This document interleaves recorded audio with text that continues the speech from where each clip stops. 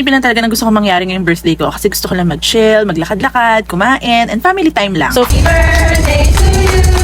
Happy birthday to you!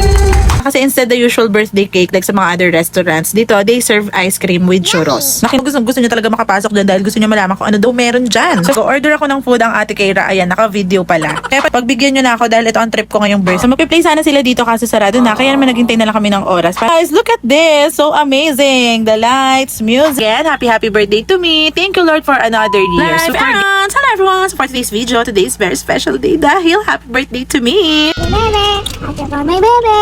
Mommy, baby. Thank you! Actually, wala talaga akong kaplano-plano kung ano bang gagawin ko ngayon, saan ako pupunta, pero naisip ko na mag-Okada na lang kami. Matagal-tagal na rin naman since last na nakapunta ako dito, kaya naman sabi ko dito na lang para mapasyal ko din si mother and ang mga bata. Sobrang simple lang talaga na gusto ko mangyari ngayong birthday ko kasi gusto ko lang mag-chill, maglakad-lakad, kumain, and family time lang. So first stop namin, nag-late lunch kami here at Las Flores. Ang ganda nga dito, tapos Spanish-inspired yung food. So while waiting for the food, walang tigil na lang nakaka-happy birthday sa akin tong dalawang to. Mommy, baby. Mommy, baby. Thank you!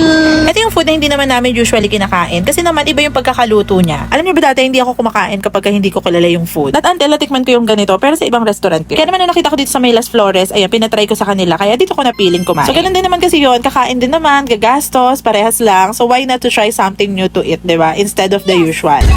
Happy birthday to you! Happy birthday to you! Happy birthday! Happy birthday! Happy birthday to you! Thank you po. Yay! Thank you po! Oh, they gave me a complimentary dessert since birthday ko. Thank you po! Ang cute nga kasi instead the usual birthday cake like sa mga other restaurants, dito they serve ice cream with churros. Nakinain naman kaagad ni Bebo. Ay, naku talagang batang to. And we're done eating na kaya naman lumabas na nga kami muna dito at tumambay saglit. At ito naman dalawang to, akala mo nakawala sa koral. Akala ata playground to, walang tigil ang laro at takbo. So, naglakad kami around the area tapos pumunta kami dito sa may casino pero hindi na ako pumasok sa loob. Pero ayan si mother, tingnan nyo, gusto niyo talaga makapasok dyan dahil gusto niyo malaman kung ano daw meron dyan. So since bawal ang bata sa loob ng casino, we stayed here sa lobby lounge for drinks habang waiting for the next ganap or habang hinihintay namin sila dun matapos. Maya-maya nga lumabas din sila kaagad kasi sabi ko magmerienda muna kami. Tapos tingnan nyo habang nag-order ako ng food ang ate Keira, ayan, naka-video pala. Kaya pati ang daddy R niya na may kausap sa phone, ayan, na-videohan niya din. Actually pag uwi ko, tsaka ko lang nakita na may mga ganitong video pala siya. Tapos tinanong ko siya kung anong gusto niyang drinks, chocolate drink daw. So share na lang sila ni Bebo. Chocolate. Tapos ito nga pala yung mga in-order namin na drinks, tapos nag-order lang ako ng isang bread. Actually, busog pa kasi talaga kami niyan. Gusto lang talaga namin ng chill vibe. Lalo na ako. Pagbigyan nyo na ako dahil ito ang trip ko ngayong birthday ko.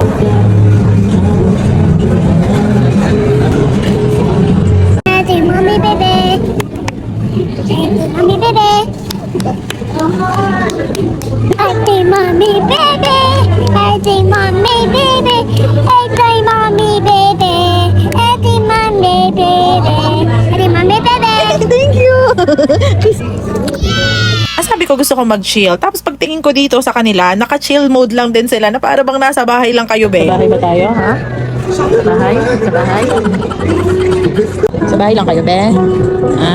Sa bahay lang kayo? So after nga namin tumambay at chill mode dito sa may lobby lounge, ayan, lumabas na kami at naglakad-lakad na. So magpi-play sana sila dito kasi sarado na, kaya naman naghintay na lang kami ng oras para manood kami ng fountain show. Buti nga napaaga kami, kaya naman yung spot namin is dito sa may pinakaunahan. And then finally, after ilang minutes na paghihintay, the highlights of the night is here, the fountain show. Guys, look at this! So amazing! The lights, music, water choreo, everything felt so cinematic.